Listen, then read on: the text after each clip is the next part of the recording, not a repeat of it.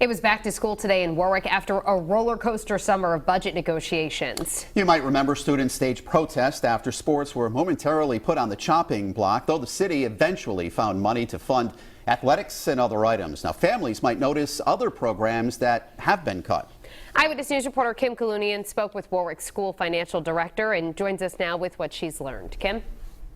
Well, Mike and Shannon, the school department was looking for an additional $7.7 million this year, and they ended up receiving a little over half that, meaning there were still millions of dollars in cuts. And one expert says what Warwick is dealing with right now could be coming next to a school district near you.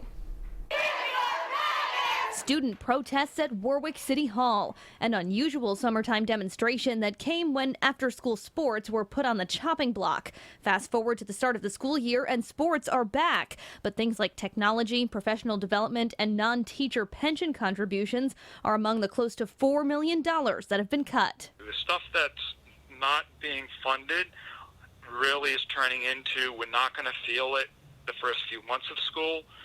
It's going to just set us back as a district for the future, and that's what our biggest concern is. Warwick School's Executive Director of Finance and Operations, Anthony Ferrucci, says other items like late buses and the rental of CCRI for graduation will be funded by next month through close to $300,000 in state money. As funds become available, we will be using this cut list and try and reinstate those items that are most critical to the schools. Tim Duffy of the Rhode Island Association of School Committees says Warwick's financial woes could be the proverbial canary in the coal mine. You know, Warwick may be the precursor to what we see this upcoming year, which I believe is going to be a very, very difficult financial year. And while the casino is far removed from the classroom, Duffy says Twin Rivers' revenue slump could impact school districts. That's going to impact what the revenue forecasters are going to take to the table in October.